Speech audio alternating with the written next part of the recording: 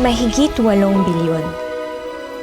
Sa dinami-dami ng tao sa mundo, paano mo hahanapin ang para sa'yo? Hi, Libra girl. Hello, Aquaman. Come to come. Agad-agad? 3, 2, 1. Uy! Ganda mo. Thank you. Cute ka rin naman. A story across space and time. Luma na yung kalendaryo mo, 2009 pa yan, oh. Ano to, prank? 2009 nga. 2024? Bangag ka ba? 2024 na dyan. Baka kaya nangyayari sa atin to for us to correct something in our past. This generation's next love team. Seth Fadalin and Francine Diaz will changing the past give you the future you want. Hindi ko na nakilala ang mga magulang ko. Inampun lang ako. Bata pa lang ako, naghiwalay na sila mama at papa. Minsan lang tayo mabuhay, Lex. Masama bang maghangad ng normal na pamilya? Pwede pa kaming mabuo ulit at ikaw lang makakagawa nun. One time lang ha. Ano naisip mong gawin? Si Papa. Maybe lahat ng to meant to happen, Lex. Ikaw, ako, Gusto kita mabigyan ng masaya at kumpletong pamilya ka rin. Ma, si Papa. Wala na si Papa. Dapat hindi na kita inutusan, Lex. Dapat hindi ako nakialam. May kasalanan ko to. I'm really sorry. Di ko maiwasan pagmasdan ng iyong larawan. Kahit di mo mamalayan, ikaw lang ang gusto. Last chance. Kilometer 0. Monday, 7 p.m. Ikita tayo. Kahit di tayo magkita, sabay lang. From 0. When beyond, Di ko maiwasan Feel the love this Christmas. ng iyong larawan. My Future You. In cinemas starting December 25, 2024. An official entry to the 2024 Metro Manila Film Festival.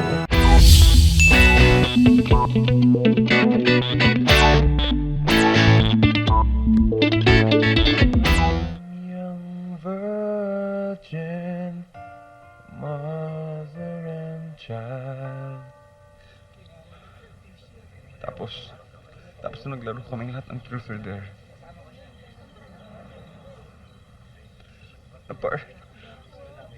Partner sa akin si Ellen. Yan, natuloy-tuloy na. Dahil pareho kaming mahina. Pareho kaming nalulungkot.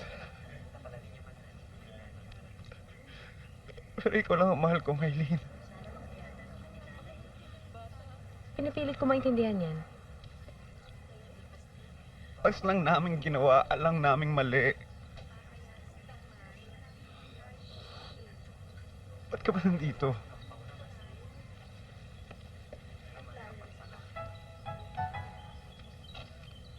Anak namin ni Ellen. Umuwi siya dito sa Dalepare, panganak siya. Tapos bumalik na siya sa Australia. One night lang kayo. Tapos nagkaanak kayo? Ang tigdi namang desperasyon yan. Patawarin mo, Maylene.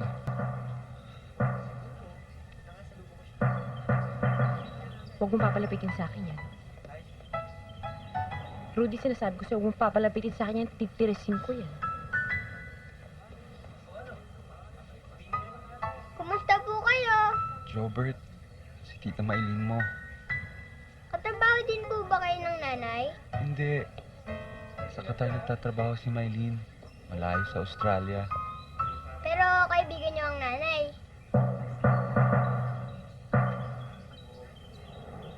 Oo. Kaibigan niya. Eh de, nakita niyo na po ang nanay. Ako ngayon ko lang siya nakita. Ang meron lang ako, litrato niya. Ang ganda-ganda niya, no? Kapareho niyo.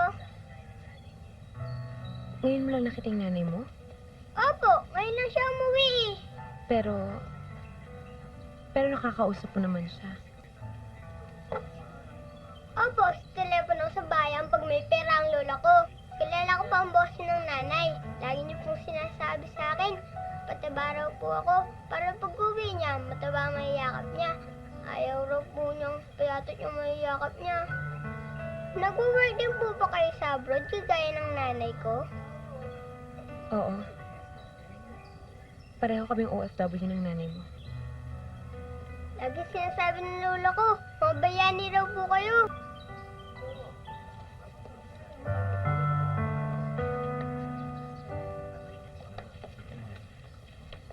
Maylin, sandali lang, Maylin. Ay, kalabaw! Wag! Teka lang. Wag! Kawawa naman.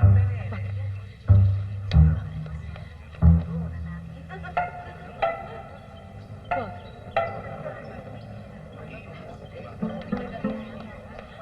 Sakit na! Bilis, halika na! Maylin, bakit? Bakit ka umiiyak? Inapit ka ba nila? Gusto mo sugurin ko?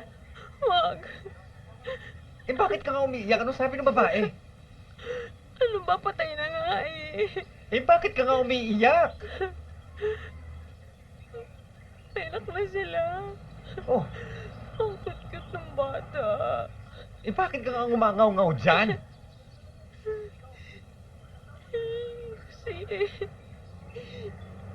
Kasi, ano po ako mo? Nawapoys ka? Sabi ko sa'yo, kailangan mo ng bato. Ano ba? Halika na nga ba sa tayo nakakahiya?